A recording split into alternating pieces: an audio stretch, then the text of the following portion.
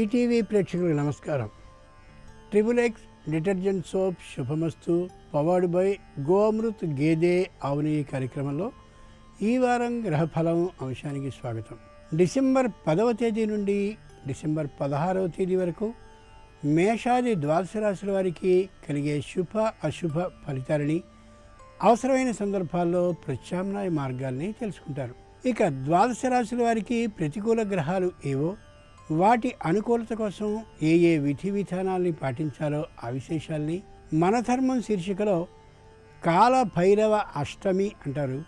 ఆ కాలభైరవుని విశేషం ఏమిటో ఆ విశేషాన్ని, దీంతో పాటు ద్వాదశ రాశుల వారికి ఏ విధమైనటువంటి విధి విధానాలని ఈ వారం సుఖకరంగా ఉండాలంటే పాటించాలో వాటిని తెలుసుకుంటారు. ముందుగా నీటి పంచాంగం. స్వస్తి శ్రీచాంద్రమాన హేమళంబి నమ సంవత్సరం, దక్షిణాయనం, హేమంత ఋతువు, మార్గశీర్ష మాసం, బహుళపక్షం. ఈ వారంలో వచ్చే ముఖ్యమైన రోజుల్ని చూస్తే 10వ తేదీ కాలభైరవాష్టమి, 13వ తేదీ స్మార్త ఏకాదశి, 16వ తేదీ మాస శివరాత్రి, అలాగే ధనుర్మాస ప్రారంభం కూడా. ఈరోజు ఆదివారం. ఆతపి మండలీ మృత్యు పింగళ సర్వతాపన రవిర్విశ్వో మహాతేజా రక్త సర్వభవోద్భవ. ఏ సూర్యుడున్నాడో ఆయన మృత్యుస్వరూపుడు అని చెప్తోంది ఈ శ్లోకం. మృత్యువు అంటే మరణించడం అని అర్థం కాదు. మానసికమైనటువంటి వ్యథ మృత్యువుతో సమానంగా పీడిస్తూ ఉన్నటువంటి వేళ అలాంటి భయాన్ని బాధని సంపూర్ణంగా తొలగించేవాడు సూర్యుడు. కాబట్టి ఈరోజు డిసెంబర్ 10 నాడు తమ జన్మదిన ఉత్సవాన్ని చేసుకునేటటువంటి వారందరికీ కూడా ఆ సూర్యానుగ్రహం కలగాలని సూర్యుడిని ప్రార్థిద్దాం.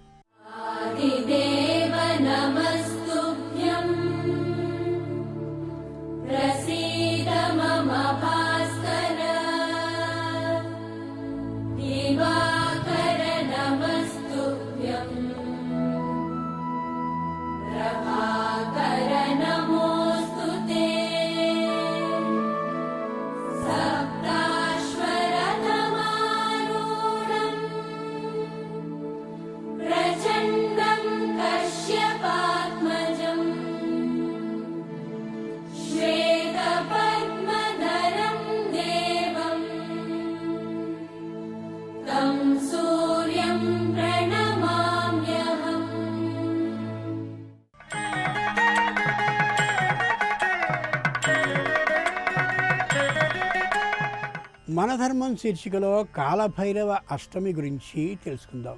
కాలము అనే మాటకి మృత్యువు అని అర్థం. భైరవ అనే మాటకి భీరు అంటే భయాన్ని కలిగించేవాడు అని అర్థం. కాబట్టి మృత్యు వస్తుందేమో అనేటటువంటి భయాన్ని సంపూర్ణంగా తొలగించగలిగిన శక్తిమంతుడు కాలభైరవుడు అనేది సరైనటువంటి అర్థం. కాశీపురంలో ఉండే విశ్వనాథ ఆలయానికి కొద్ది దూరంలో కాలభైరవుడు ఉండి మొట్టమొదటగా తనని సేవించాక కాశీ విశ్వనాథుడిని సేవించవలసిందిగా తెలియచేస్తూ ఉంటాడు. ఏ కాశీ అనేటటువంటి నగరం మృత్యువుకి సంబంధించిన బాధని తొలగిస్తుందో, అక్కడ సహజమైనటువంటి మృత్యువుని కాని పొందినట్లయితే సాక్షాత్తు కైలాస గమనానికి అవకాశం ఉంటుందో, అలాంటి కాశీ నగరంలో ఉండే ఈ కాలభైరవుడు మృత్యువుని తప్పిస్తాడు అని చెప్తుంది పురాణం. మృత్యువుని తప్పించడం ఏమిటి అనుకుంటాం. మృత్యు అంటే మరణమని అర్థం కాదు. మరణంతో సమానంగా పడేటటువంటి బాధని, మరణం కలుగుతుందేమో అనేటటువంటి తీవ్రమైన తాత్కాలికమైన చింతని తొలగించగలిగిన శక్తిమంతుడు కాలభైరవుడు. ఆ కాలభైరవుడైన వానికి ప్రదక్షిణాలని చేస్తూ ఏ విధమైన మృత్యు సమాన బాధని నాకు కలిగించకు, సంతానం ద్వారా కానీ, భార్య వల్ల కానీ, భర్త వల్ల కానీ, ఆస్తులకి సంబంధించిన వివాదాల వల్ల కానీ, వ్యాపారం వల్ల కానీ, ఇలా ఎన్ని విధాలుగా మృత్యు సమాన బాధ కలుగుతుందో ఆ బాధ కలుగకుండా చేయవలసిందని ప్రార్థిస్తే కాలభైరవుడు తప్పక వాటిని తొలగించి తీరుతాడు. మానసికమైన భయాన్ని నిశ్చయంగా రూపుమాపుతాడు. కాలం అనుకూలించాలి అంటే కాలభైరవ దర్శనం అవసరం. కాబట్టి సమీపమైనటువంటి ప్రదేశంలో కాలభైరవుడు ఎక్కడున్నాడో గమనించి చేసుకోవడం ఉత్తమం. అంతేకాక కాలభైరవ స్వరూపమైనటువంటి శునకానికి గారెల్ని వండి మెడలో వేయడం కానీ, లేదా వెదురు బుట్టలో పెట్టి కుక్కలన్నింటినీ పిలవడం కానీ ఉత్తమం. పురాణం ప్రకారం. ఇక క్రమంగా మేషాది ద్వాదశ రాశుల వారి ఫలితాలని పరిశీలిద్దాం. ముందుగా మేషరాశి. ఈ వారం మేషరాశి వారి ఫలితాలని పరిశీలించి చూస్తే మంచి చెడులు సమానమైనటువంటి స్థాయిలో కనిపిస్తున్నాయి. ఇదో విధంగా మంచిదే. పూర్తిగా చెడు జరిగినట్లయితే ఇబ్బంది పడాలి.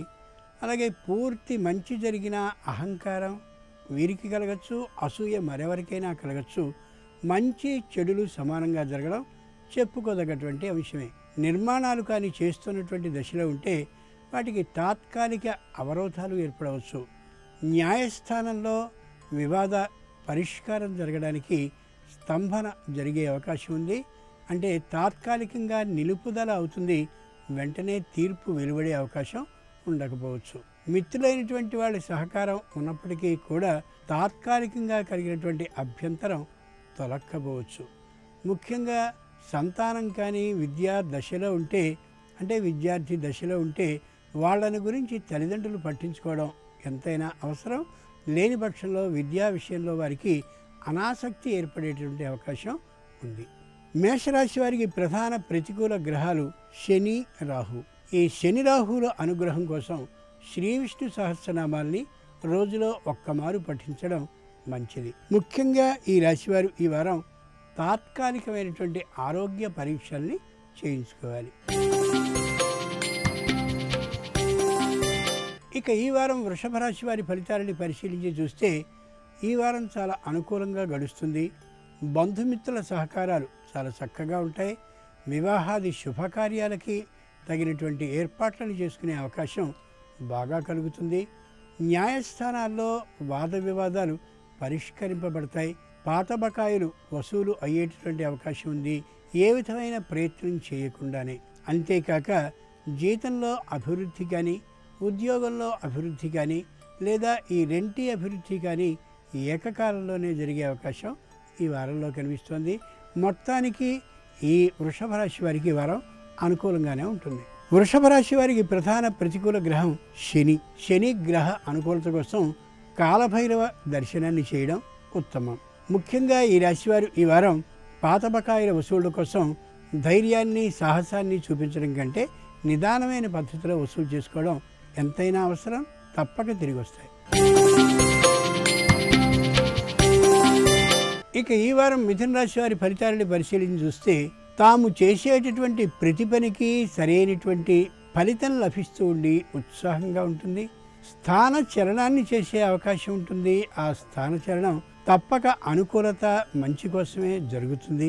మిత్రులు, బంధువులు సహకరించేటటువంటి కారణంగా వివాహాది శుభకార్యాలు గృహంలో జరిగేటటువంటి సూచనలు కలుగుతాయి. ఇంతేకాక ఉద్యోగానికి సంబంధించినటువంటి పై అధికారులు ఎవరైతే ఉన్నారో వారి ప్రశంసల్ని పొందే అవకాశం ఉంటుంది. పై పోటీ పరీక్షలకి చదివి ఇంతకంటే మంచి ఉద్యోగాన్ని సాధించుకోవాలనే తపన కూడా ఈ వారంలో ఈ రాశి వారికి ప్రారంభమవుతుంది. మిథున రాశి వారికి ప్రధాన ప్రతికూల గ్రహం కేతువు. కేతు గ్రహ అనుకూలత కోసం తీపి గుమ్మడి పండుని దానం చేయడం మంచిది.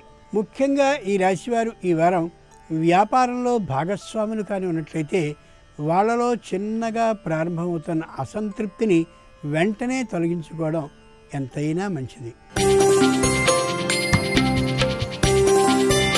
ఇక ఈ వారం కర్కాటక రాశి వారి ఫలితాలని పరిశీలించి చూస్తే దాన ధర్మాలను చేయాలనేటటువంటి బుద్ధి అకస్మాత్తుగా కలుగుతుంది, చేస్తారు. తీర్థయాత్రలకి వెళ్ళాలి అనేటటువంటి ఆలోచన కలుగుతుంది. వెంటనే వెళ్ళలేకపోవచ్చు, కానీ ఆలోచనని మాత్రం విరమించుకోరు. పూజా పురస్కారాల మీద దృష్టి బాగా ఏర్పడుతుంది, వాటిని నిర్వహిస్తూ ఉంటారు. కుటుంబం అంతా బాగా అనుకూలించుతూ ఉండడమే కాకుండా సహధర్మచారిని విశేషంగా సహకరిస్తూ ఉండేటటువంటి కారణంగా చాలా ఉత్సాహంగా గడపగలుగుతారు. అయితే ఎప్పటి నుండో పేరుకున్నటువంటి పనులు మాత్రం చేయడానికి తగినంత అవకాశం దొరకదు, సమయం దొరకదు. కానీ తప్పక పని జరుగుతోంది ఏదో ఒక విధంగానే ధైర్యంతో గడుపుతారు ఈ వారాన్ని. కర్కాటక రాశి వారికి ప్రధాన ప్రతికూల గ్రహాలు రాహువు, కేతువు. రాహుకేతు గ్రహాల అనుకూలత కోసం ఉలవల్ని వండి గోవుకి పెట్టడం కానీ లేదా ఉలవల్ని దానం చేయడం కానీ మంచిది. ముఖ్యంగా ఈ రాశివారు ఈ వారం మానసిక ప్రశాంతత కోసం తీర్థయాత్ర సమీపంలో యథాశక్తి చేయడం ఉత్తమం. ఇక ఈ వారం సింహరాశి వారి ఫలితాలని పరిశీలించి చూస్తే ఉద్యోగంలో చికాకులు ఏర్పడే అవకాశం ఉంటుంది.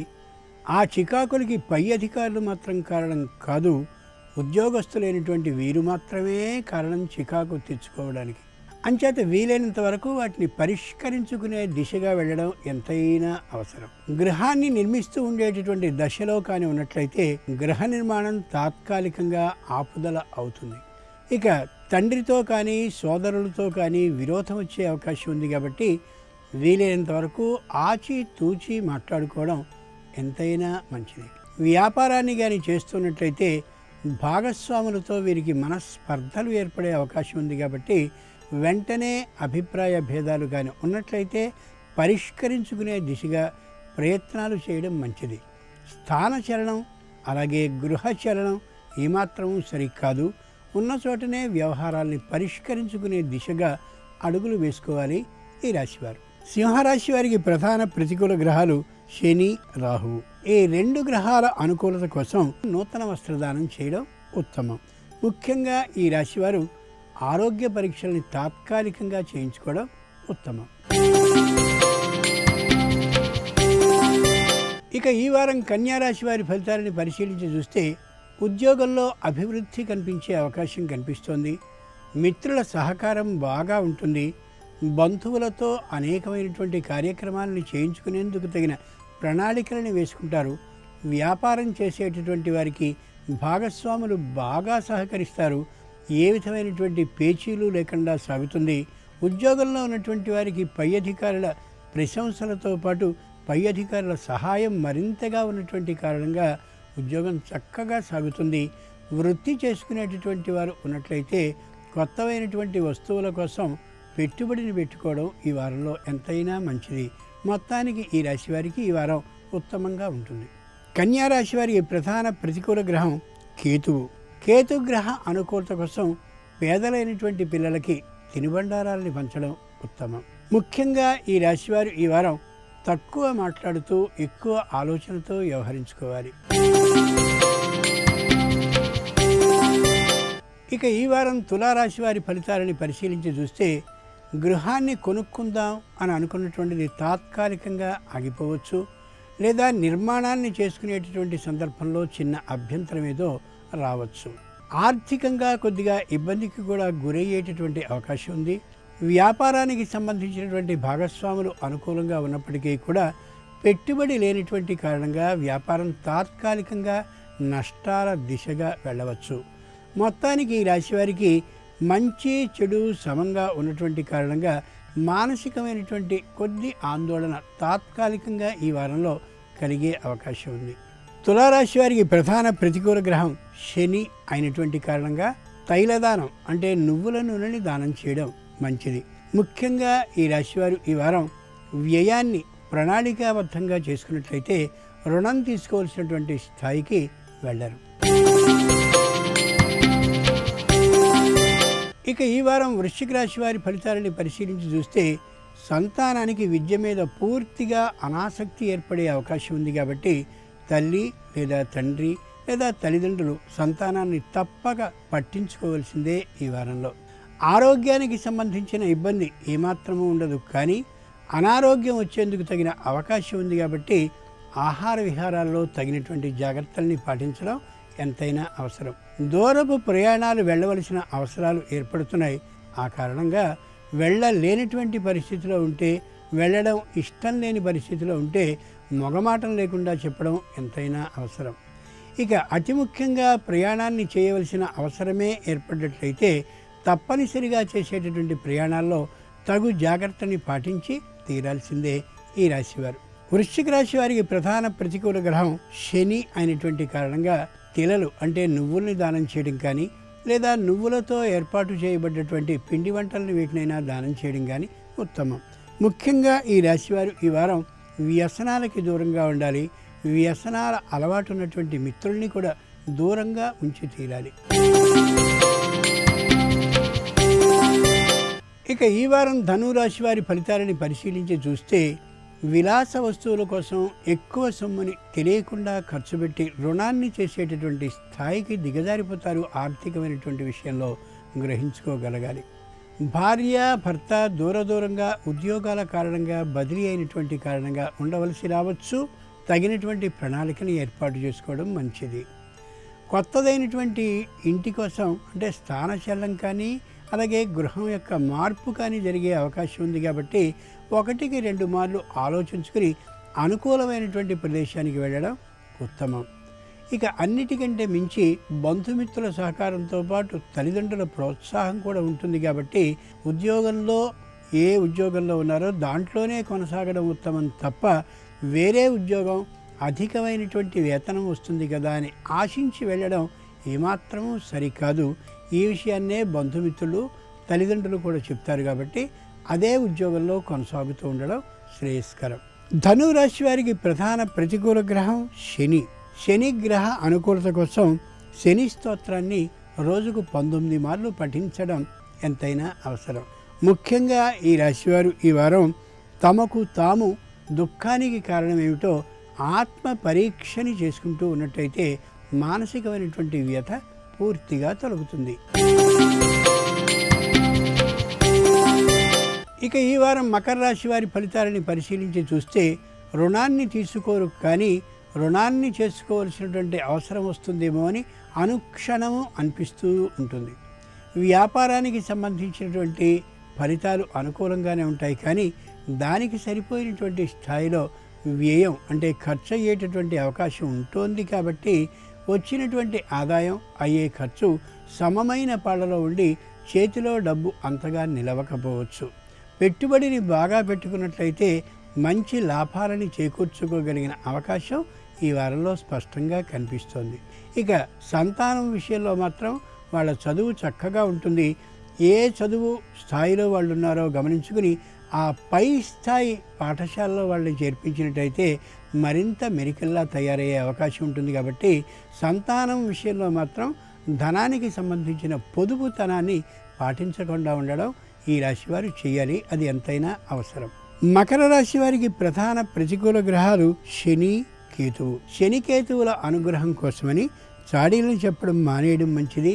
అసూయ పడకపోవడం మంచిది. తాత్కాలికంగా ఈ విధమైన విధిని పాటిస్తే శని కేతువుల అనుగ్రహం లభిస్తుంది. ముఖ్యంగా ఈ రాశివారు ఈ వారం కుటుంబ గోప్యతని పాటించి తీరాలి. ఇక ఈ వారం కుంభరాశి వారి ఫలితాలని పరిశీలించి చూస్తే ఎప్పుడో కొన్నటువంటి భూమికి సంబంధించిన వివాదం తెర మీదికి రావచ్చు. లేదా ప్రస్తుతం ఉంటూ ఉన్నటువంటి ఇల్లు కానీ అంతకుముందు బేరం చేసినటువంటి ఇల్లు కానీ మళ్ళీ చిన్నదైనటువంటి వివాదంలో చిక్కుకునే అవకాశం ఉంది. ఉద్యోగంలో అనుకూలత ఉన్నప్పటికీ కూడా వ్యాపారస్తులకి మాత్రం ఈ వారం అంత అనుకూలంగా అనిపించడం లేదు.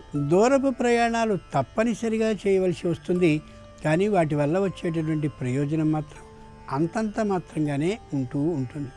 ఇతరులు కొంత నిందలని వేసే అవకాశం ఉంది కాబట్టి నిందలని పట్టించుకోకుండా ఎంతవరకు నిందకి మనకి సంబంధించిన పాత్రత ఉందో గ్రహించుకుని ఆ నిందకు సరైనటువంటి సమాధానాన్ని ఇవ్వవలసిన అవసరం ఉందేమో గ్రహించుకుని నింద పడితే మాత్రం తగిన సమాధానాన్ని చెప్పవలసిందే.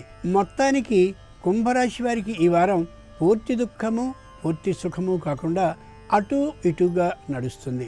కుంభరాశి వారికి ప్రధాన ప్రతికూల గ్రహం కేతుగ్రహ అనుకూలత కోసం పెంపుడు జంతువుల్ని తాకకుండా ఉండడం ఉత్తమం. కుంభరాశి వారు ఈ వారంలో నిత్య పూజని మానకుండా చేసుకుంటూ ఉన్నట్టయితే మానసిక సుఖ సంతోషాలు తమ సొంతమవుతాయి.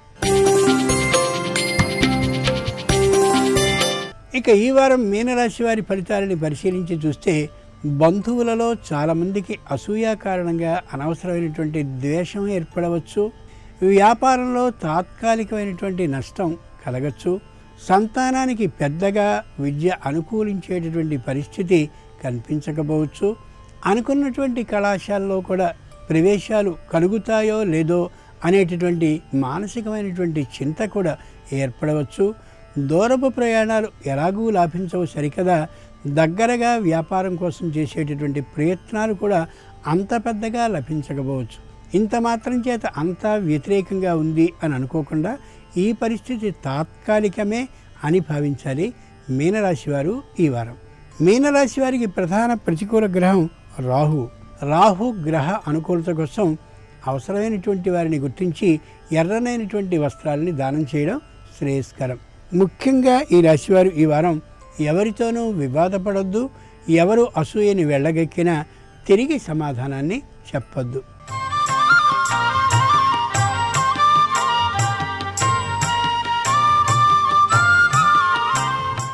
శుభోదయం. XXX డిటర్జెంట్ సోప్ శుభమస్తు.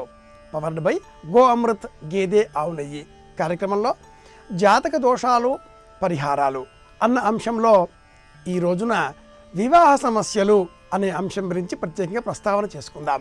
వివాహ సమస్య ఈనాటి కాలంలో అందరినీ ఇబ్బంది పెడుతోంది. స్త్రీ పురుష భేదం లేకుండా అనేక సమస్యలలో ఆలోచనలు చేసే సమయంలో వివాహం గురించినటువంటి ఒక సమస్య ప్రత్యేకంగా మనసును వేధిస్తూ ఉన్నది. వివాహం అయిన వాళ్లకు సమస్య, కాని వాళ్లకు సమస్య. కాని వాళ్ళు ఇంకా ఎప్పుడు మాకు వివాహం అవుతుందా అనే తాపత్రయంలో ఉంటే, అయిన వాళ్ళు ఈ వివాహంలో వచ్చేటటువంటి చిక్కులు ఇబ్బందులు ఏవైనా ఉంటే వాటిని తలచుకుని మదన పడుతూ ఉంటారు. వీటికి వ్యక్తిగతమైన జాతకాలు కారణాలు అవుతాయి. అలాగే ఉభయ పక్షాలలో అంటే భర్త జాతకం, భార్య జాతకం వివాహమైనప్పుడు ఇరువురి జాతకాలలో కూడా ఒకరి జాతకంలో ఉండే ప్రభావాలు మరొకరి పైన ప్రభావం చూపిస్తాయి. ముందుగా ఈరోజు మనం వ్యక్తిగతమైన జాతకంలో ఉండేటటువంటి దోషాలను గుర్తించి వాటికి ఏమైనా పరిహారాలు చేద్దామా అనే అంశం పైన దృష్టి పెడదాం. జాతక చక్రంలో వివాహానికి ఎవరు మనకు యోగించేటటువంటి వారు అంటే శుక్రుడు అని చెప్పాలి. ఈ శుక్రుడు ఉచ్చ స్థితిలో ఉన్నప్పుడు మేలు కలుగుతుంది. ఏ జాతక చక్రంలోనైనా లగ్నానికి సప్తమాధిపతి ఉండేటటువంటి కాలం లేక సప్తమంలో ఉండేటటువంటి గ్రహం యొక్క దశ గడిచే కాలం లేక సప్తమ దశలో అంతర్దశగా ఆ సప్తమాధిపతి ఉండేటటువంటి కాలం సప్తమానికే సంబంధం అని చెప్పాలి. ఈ వివాహ సంబంధంగా చెప్పేటటువంటి అంశాలలో సప్తమం ద్యూ నమస్తంచ ద్యూతంచ మదనస్కర కామో వివాహో జామిత్రం భార్యేది వినిదర్శితం. ఇవి శుక్రుడు అందించేటటువంటి మనకు కారకాలు. ప్రధానంగా చెప్పుకున్నప్పుడు మన జాతకంలో సప్తమం ఏదైంది, ఉదాహరణకు కర్కాటక లగ్నం మన లగ్నం అయింది అనుకుంటే కర్కాటక లగ్నానికి సప్తమం మకరం అవుతుంది. కర్కాటక లగ్నం శ్రీరామచంద్రమూర్తి వారి లగ్నం అని ఉదాహరణగా తీసుకుంటే ఆయనకు సప్తమం మనం మకరం అనుకున్నప్పుడు ఈ సప్తమానికి ఉండేటటువంటి ద్వితీయాధిపత్యం అష్టమం కూడా శనేశ్వరుడే. మకర కుంభములకు శని అధిపతి కనుక ఆయనకు వివాహం వల్ల ఆనందం, అంతకంటే మించి వివాహం వల్ల దుఃఖం కూడా ఏర్పడింది. ఆయన భార్య సహవాసంగా ఉన్న కాలం అంతా కూడా అడవుల్లోనే, వివాహమైన తర్వాత అయోధ్యలో ఉన్నాడు కానీ రాజకీయాల్లోనే. భరతుడు వాళ్ళ మేనమామ గారింట్లో ఉన్నాడు, వివాహమైన మరునాడే వెళ్ళాడు, 12 ఏళ్ల వరకు తిరిగి రాడు. ఈయన రాజ్యం విడిచి వెళ్ళిపోయిన తర్వాత కానీ రాలేదు. అడవుల్లో ఉన్న కాలంలో ఏదైనా ఆనందంగా ఉన్నా అక్కడ కూడా రాక్షసులు, ఖరదూషణాదుల సంహారాదులు, ఆ పిమ్మట రావణాసుడి కథ, ఆ పిమ్మట తిరిగి వచ్చారా 5 నెలలు ఆనందంగా ఉన్నారు. అయినా కూడా కర్కాటక లగ్నంలో గురువు కారణంగా రామచంద్రమూర్తి పత్నీత్వ ధర్మాన్ని నిలబెట్టుకున్నటువంటి ఆ సీతాదేవి ఇరువురు కలిసి ఆదర్శ దాంపత్యంగా మనం ఎవరిని ఇలా అని మనం ఆశీర్వదించినా కూడా సీతారాముల వలె అనయోర్దంపత్యో అన్యోన్యం ప్రీతిరస్తు అంటామండి. అంటే మనస్సులో ఉండాలి, ఇది ప్రధానం అనేటటువంటి ఆదర్శ దాంపత్యం ఈ సీతారాములు మనం చెబుతున్నారు. గమనిస్తే మన జాతక చక్రంలో శుక్రుడు వివాహం కలిగించేటటువంటి వాడు.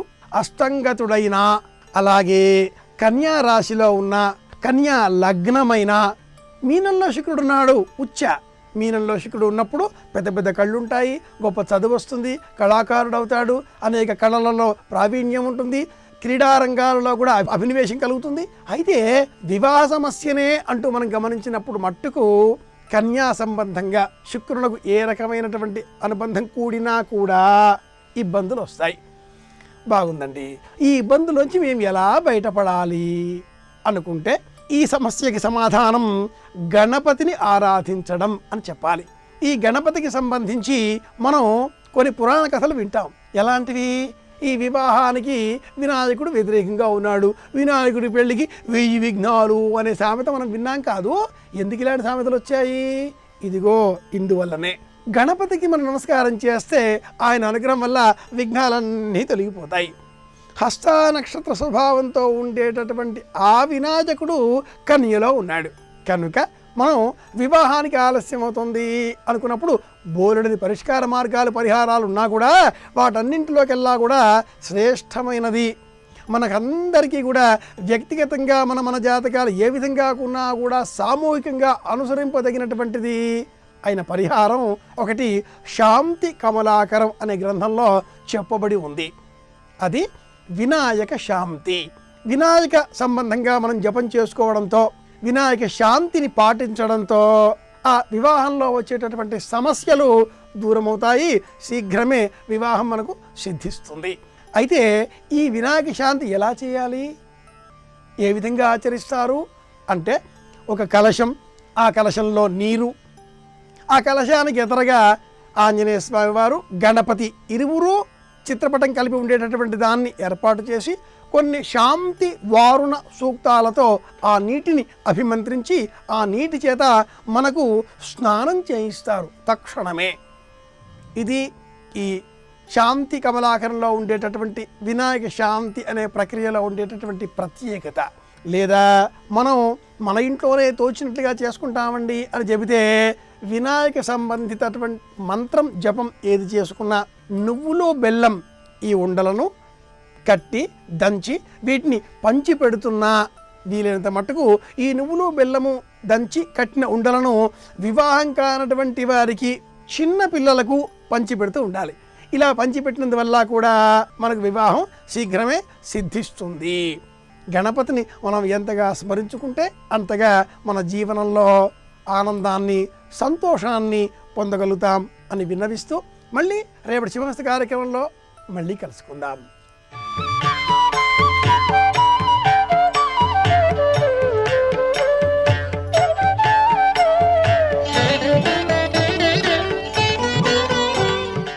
XXX డిటర్జెంట్ సోప్ శుభమస్తు పవర్డ్ బై గో అమృత్ గేదె ఆవు నెయ్యి కార్యక్రమంలో గృహబలం అంశానికి స్వాగతం. ఈరోజు కాలభైరవాష్టమి. శివతత్వంలో విరాజిల్లేటువంటి ఆ స్వామి యొక్క వైభవపేతమైనటువంటి ప్రభావం గృహంలో కూడాను రక్షణ కవచంలా పనిచేస్తుంది. అందుకే కాలభైరవ స్తోత్రాన్ని ఈరోజు గృహంలో పఠించటం, కాశీలో ఉండేటువంటి ఆ విశ్వేశ్వర సందర్శనం చేసినట్టుగా భావన చేస్తూ కాలభైరవ అష్టకాన్ని గనక పఠించినట్లయితే సర్వవిధ శ్రేయోదాయకమైన ప్రభావం మనకు లభ్యపడుతుంది. ఎంత ప్రయత్నం చేసినప్పటికీ కూడాను వచ్చిన డబ్బులు వచ్చినట్టుగానే అయిపోతున్నాయి, డబ్బు నిలవటం లేదు. దీనికి వాస్తు దోషము కారణమా అన్నది సందేహం.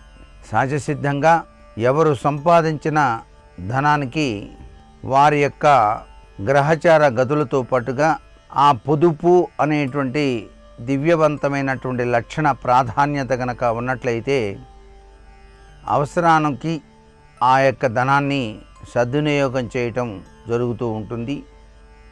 అయితే కష్టపడి సంపాదించిన ధనం బాగా నిల్వ చేయాలి అనేటువంటి సంకల్ప సిద్ధి ఉన్నప్పటికీ కూడా ఏదో ఒక ఖర్చు రూపేణా విపరీతంగా గనక ధనం గనక ఖర్చు అయిపోతూ అనుకున్నది సాధించలేని పరిస్థితులు ఏర్పడినప్పుడు దానికి వాస్తు దోషమే తప్పనిసరిగా కారణమవుతుంది.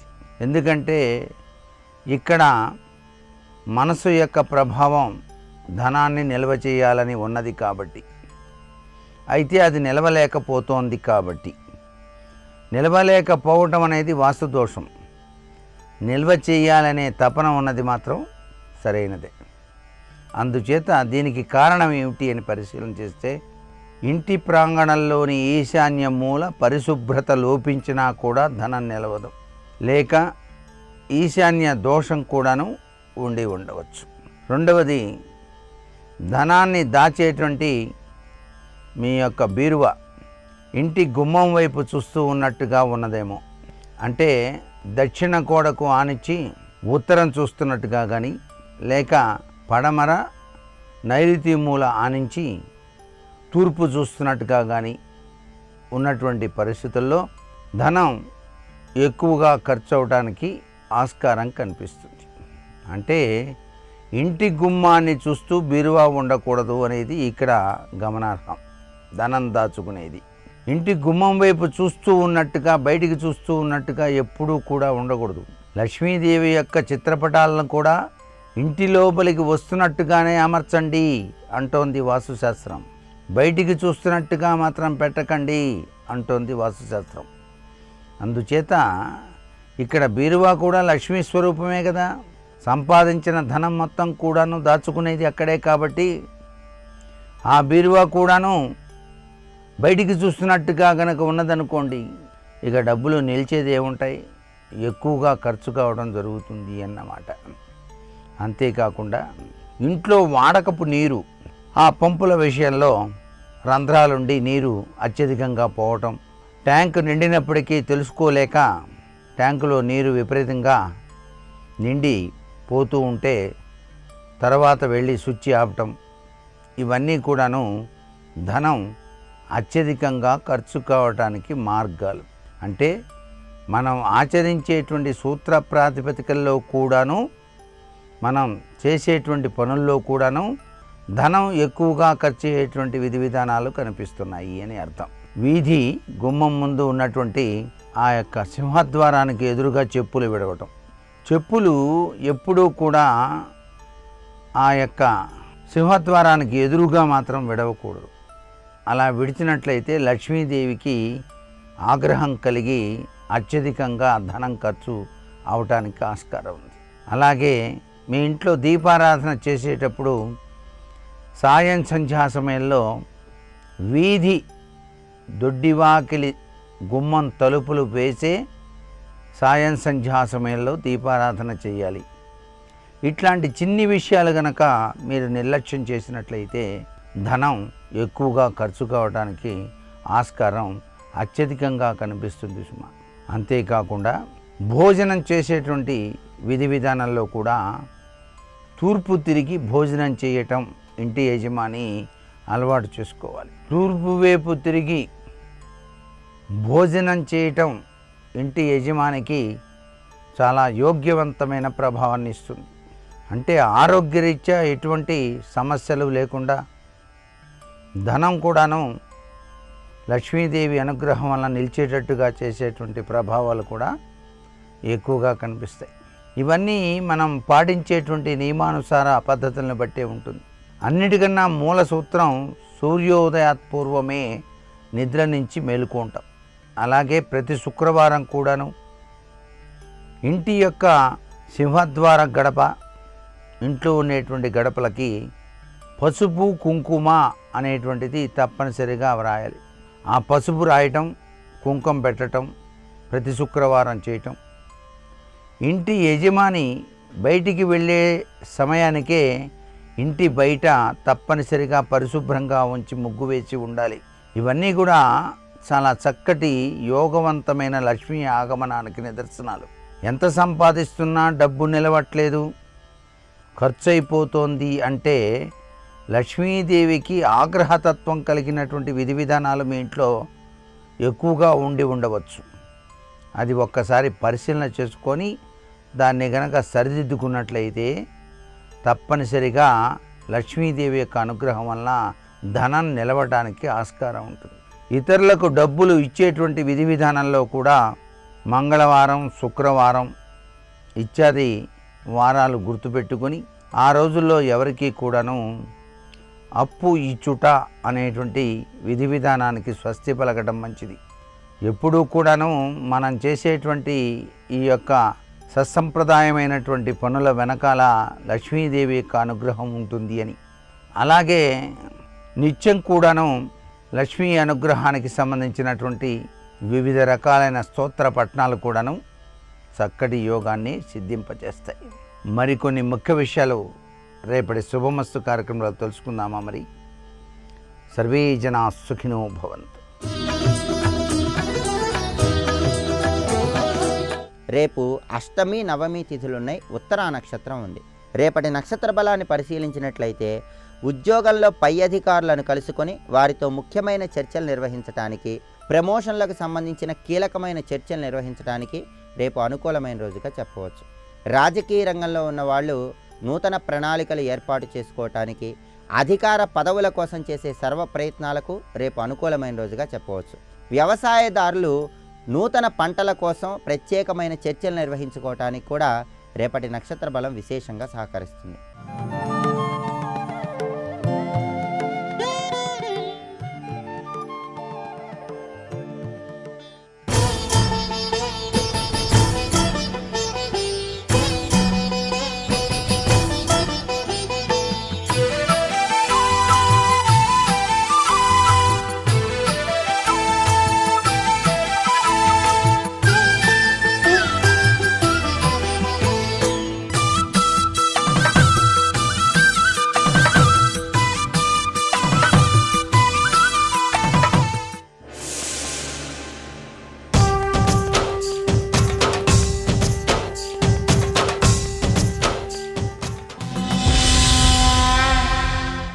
దేవ, అతిథి, పితృ.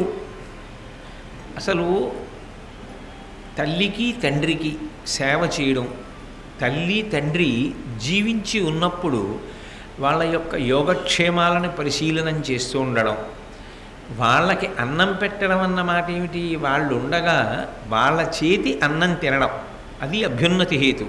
పితృదేవతలకు చేయవలసినటువంటి కార్యాన్ని పితృదేవతలకి చేయడం, భృత్య తనని ఆశ్రయించినటువంటి వాళ్ళు ఉంటారు సేవకులు, వాళ్ళు లేచినది మొదలు యజమాని యొక్క అభ్యున్నతి కోసం, యజమాని సంతోషం కోసం అలా పనులన్నీ చేస్తూ ఉంటారు. వాళ్ళు అన్ని పనులు చేస్తున్నారు కాబట్టి యజమాని సంతోషంగా ఆ సమయమునకు ఆయనకి కావలసిన అవసరం తీర్చుకుని కార్యక్రమాన్ని నడుపుతూ ఉంటాడు. మరి అటువంటి భృత్యుడు శారీరకంగా డస్సిపోడు, ఆయన మాత్రం మనిషిగాడు, అలిసిపోడు. అందుకని ఆ భృత్యుడికి కూడా ప్రేమతో పెట్టాలి. ప్రేమతో పెట్టేటప్పుడు ఎలా పెట్టాలి అంటే తను ఏది తింటున్నాడో అదే పెట్టాలి. భృత్యులను కూడా ఎంతో ప్రేమతో చూడాలి. ఎందుకని అంటే తన సంతోషమునకు తాను అలా హాయిగా జీవించడానికి వాళ్ళు కారణం. కాబట్టి తను ఏది తింటున్నాడో అది వాళ్ళకి పెట్టాలి. అది నిజానికి ప్రేమ భావన. వాళ్ళు కూడా తన జీవితంలో సౌఖ్యానికి కారణమైన వాళ్ళు అనేటటువంటి విషయాన్ని అంగీకరించడం. ఇందులో ఒకరు బయట తాను సుఖపడడానికి కారణమైన వాళ్ళు, భృత్యులు బయట సుఖానికి కారణం.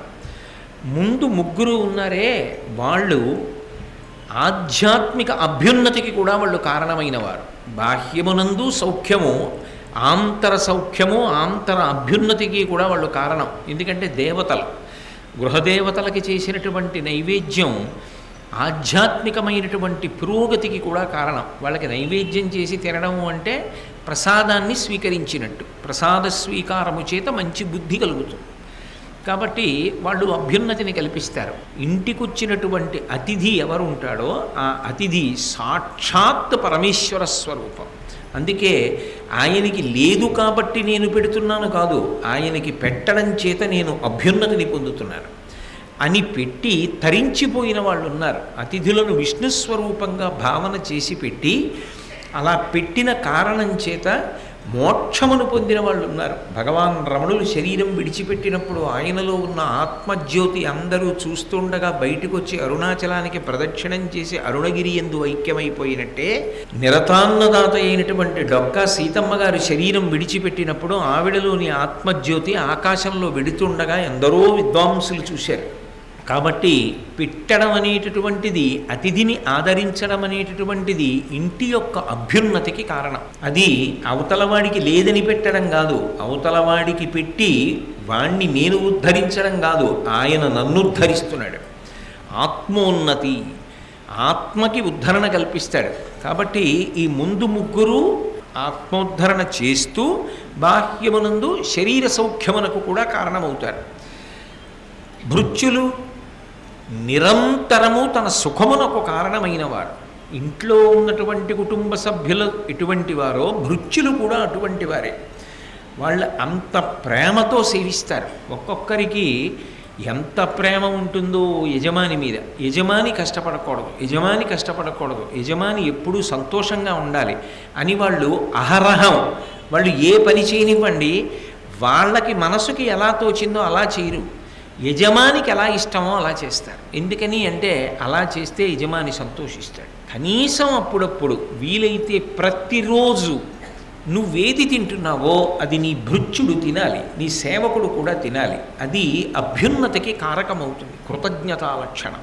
కాబట్టి కనీసంలో కనీసం పెద్ద పెద్ద అన్న సంతర్పణలు చేయకపోయినా దేవతలకు, అతిథులకు, పితృదేవతలకు, భృత్యులకు వీళ్ళకి అన్నం పెట్టకుండా, వీళ్ళని పోషించకుండా, ఆదరించకుండా కేవలము తాను మాత్రమే తినడం అలవాటు చేసుకున్నవాడెవరున్నాడో వాడు జీవించి మరణించినవాడే. అది ధర్మరాజు గారు 12 సంవత్సరములు మహాత్ముల దగ్గర విన్నటువంటి గొప్ప గొప్ప విషయముల యొక్క సారాంశాన్ని ఉగ్గడిస్తున్నాడు. అంటే నిజానికి యక్ష ప్రశ్నలకి ధర్మరాజు గారు చెప్పినటువంటి సమాధానములను మనం జీవితంలో పాటించడం అలవాటు చేసుకుంటే అంతకన్నా అభ్యున్నతి హేతు ఇంకొకటి ఉండదు. అంత సారవంతమైన విషయములను యక్షుడు ప్రశ్నలుగా వేస్తే మహానుభావుడు ధర్మరాజు గారు కాబట్టి జవాబు చెప్పగలిగాడు. అలాగే ఆయన అన్నాడు, భూమి కంటే చాలా బరువైనది ఇది, ఆకాశము కంటే పొడవైనది, అంటే ఆకాశము కంటే పెద్దది, విశాలమైనది ఇది, గాలి కంటే చాలా వేగము కలిగినది ఇది, గడ్డి కంటే చాలా విరివిగా పెరిగేది ఏది? ఈ 4 ప్రశ్నలకు జవాబు చెప్పు అన్నాడు. అంటే ధర్మరాజు గారు వెంటనే తల్లి విరేగు సువ్వే ధరణి కంటెను, ఆకసంబు కంటే పొడవు జనకుడరయ, గాట్పు కంటే మనసు కడు శీఘ్రగతి, తృణోత్కరము కంటే చింతగరము తరచు. మహానుభావుడు ఎంత అద్భుతమైన విషయాలు ప్రతిపాదన చేశాడో. ఇందులో మీరు బాగా ఆలోచించండి. ఇందులో ఒక ప్రత్యేకమైనటువంటి మతం కానీ, ఒక ప్రత్యేకమైన విశ్వాసము కానీ ఏముందండి? ఇది సమస్త జనావళికి హితోపదేశం. అంత గొప్ప విషయాలు యక్షుడు అడిగాడు, అంత గొప్ప విషయాలు ధర్మరాజు గారు చెప్పారు. తల్లి విరేగు సువ్వే ధరణి కంటేను, భూమి కన్నా బరువైనది అమ్మ. బరువైనది అన్న మాటకు అర్థం ఏమిటి? భరించగలిగినది అని. ఏదో ఓ లేత ఆకు మీద తీసుకొచ్చి బరువైన పదార్థం పెట్టారనుకోండి, ఆకు చిరిగిపోతుంది. ఎందుకని అంటే భరించలేదు. భరించగలిగినది ఏది లోకంలో అంటే మొట్టమొదట చెప్పేది ఎవరిని చెప్తామంటే భూమిని చెప్తాం. ఎందుకని? కృతజ్ఞుడా కృతజ్ఞుడా అని ఆలోచించకుండా భరిస్తుంది. ఎందుకని అంటే భూమాత, ఆమె తల్లి. భూమాత, గోమాత, జనకమాత, దేశమాత, లోకమాత, వీళ్ళందరివి మాతృస్వరూపాలు. వీళ్ళన్నీ భరించే లక్షణం ఉన్నవాడు.